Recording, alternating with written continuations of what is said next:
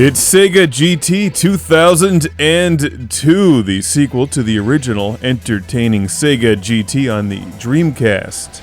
In fact, this game was originally intended to be on the Dreamcast, but sadly the Dreamcast had other ideas, namely early retirement. You can now find the Dreamcast lounging by the pool with a giant margarita. It's in good shape, don't worry about it. You know, games are still being released for the Dreamcast, whereas the Xbox is long gone. It's all about the Vectrex now, kids.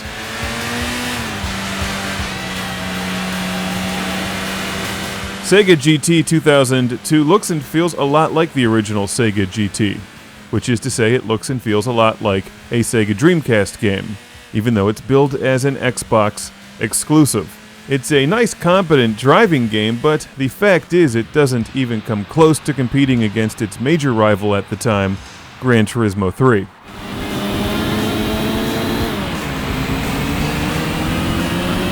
Visually, the game is bland and suffers from murky visuals. The music is awful, but it does have predictable arcade-style driving controls. Also, the track selection is pretty good, and there's a nice variety of vehicles, many of which are Japanese classic cars that I was surprised to see in this game.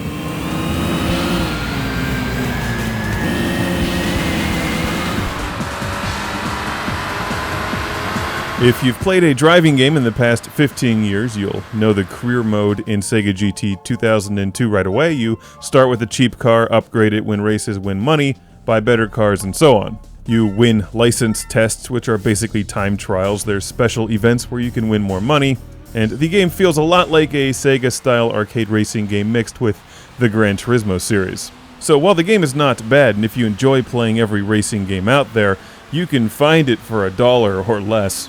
Sega GT 2002 doesn't stand out like the original Sega GT did. When the original Sega GT was released in 2000 in the US, it showed off the power of the Dreamcast and how much better the visuals were than the original PlayStation, which made Gran Turismo 2 look fairly archaic in comparison, even though in the long run Gran Turismo 2 is a better game. Sega GT 2002 doesn't have the wow factor that the original had. It has the it's okay factor. It's okay for $1.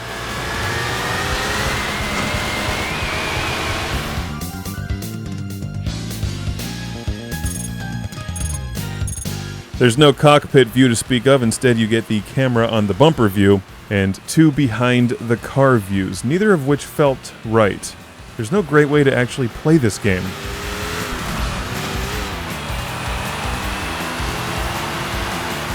The controls using the original Xbox controller are predictable. You accelerate with the right trigger, brake with the left one.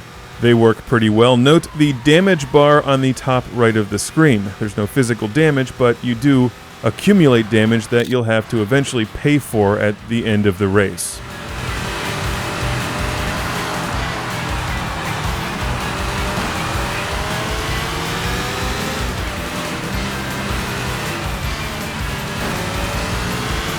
So especially when you're starting off and you need every penny, you'd really like to avoid hitting things if possible.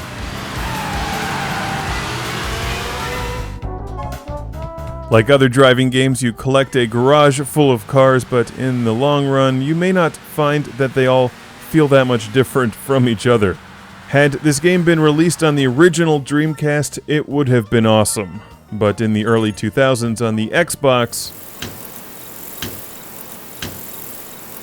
it's not without its merits. In addition to the entertaining and time-consuming career mode, there's time trials and a chronicle mode where you race classic cars against other cars from different eras.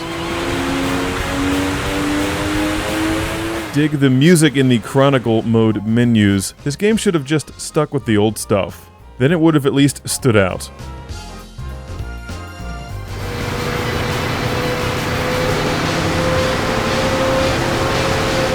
What, I'm racing some Fiats in a Celica? I'll take the Corvette, thank you. It's Sega GT 2002, a fun game that you can find for a bargain price.